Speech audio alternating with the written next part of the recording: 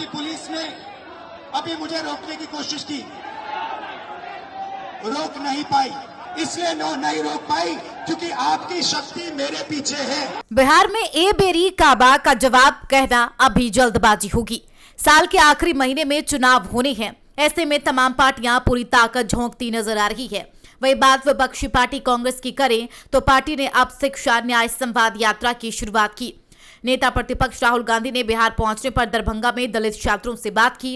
इस दौरान प्रशासन ने राहुल गांधी को अंबेडकर छात्रावास में कार्यक्रम करने की अनुमति नहीं दी थी। इसके बाद भी राहुल गांधी पैदल ही छात्रावास पहुंचे और पुलिस के साथ धक्का मुक्की के बावजूद भी छात्रों को संबोधित किया। राहुल गांधी ने कहा कि जब तक मेरे पास आप लोगों का साथ है, मुझे कोई नहीं रोक सकता है। बिहार की पुलिस ने अभी मुझे रोकने की कोशिश की,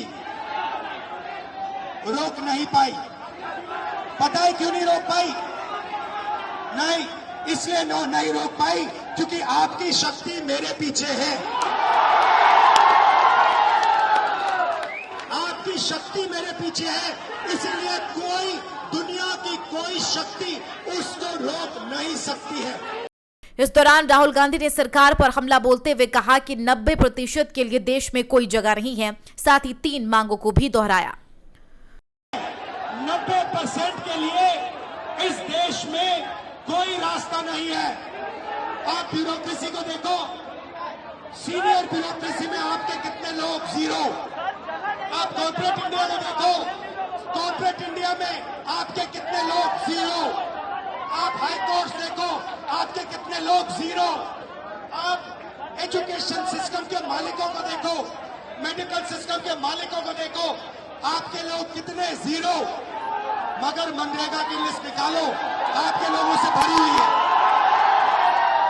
मजदूरों की लिस्ट निकालो, आपके लोगों से भरी हुई है। सारे के सारे कॉन्ट्रैक्ट, सारा का सारा धन 5-10% के हाथ में जाता है और आपको उल्टी सीधी बात बताकर आपके ध्यान को इधर उधर कर दिया जाता है। आपको एक साथ खड़ा होना है और 3 मांगे हैं।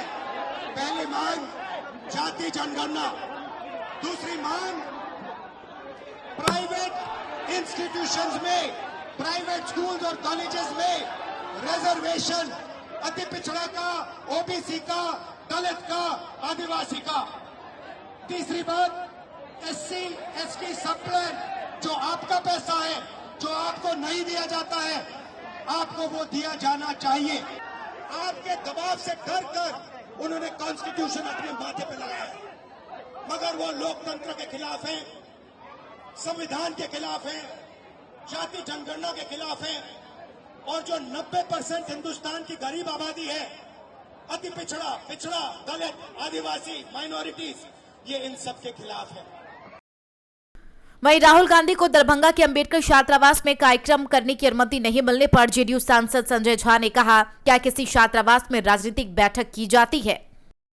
ऐसा है कि आप सब जानते हैं कि हॉस्टल में जाकर के कोई पॉलिटिकल मीटिंग होता है, उनके ही पार्टी के नेता लोग परमिशन मांगे और उनको वहाँ के टाउन क्लब हॉल जो है, उस हॉल में परमिशन दे दिए, कागज है उसका, प्रशासन ने दे दिया परमिशन कि आप करिए और जिसको भी बुलाना है बुलाइए। लेकिन किसी कॉलेज के हॉस्टल में जाके परमिशन होता है? आप लोग कभी देखे हैं क्या? हमको तो नहीं लगता है किसी कॉलेज के या किसी छात्रावास में जाकर के कोई मिलता हो, तो नहीं दिया। लेकिन उन्होंने जहां परमिशन मांगा, उनके पार्टी के नेता है, वो परमिशन उनको दे दिया गया। टाउन हॉल जो है दरभंगा का।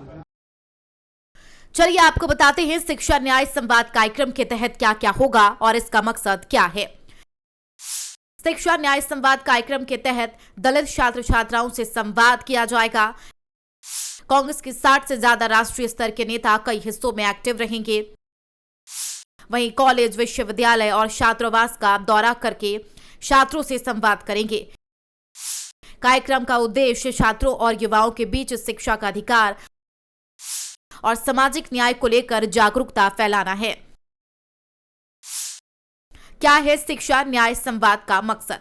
50% आरक्षण की सीमा हटाना, SC ST सब प्लान लागू कराना, शिक्षा का इंफ्रास्ट्रक्चर बेहतर करना और कर्ज नहीं नौकरी 2 के साथ 3 साल की डिग्री 3 साल में जैसी मांगे मुख्य है।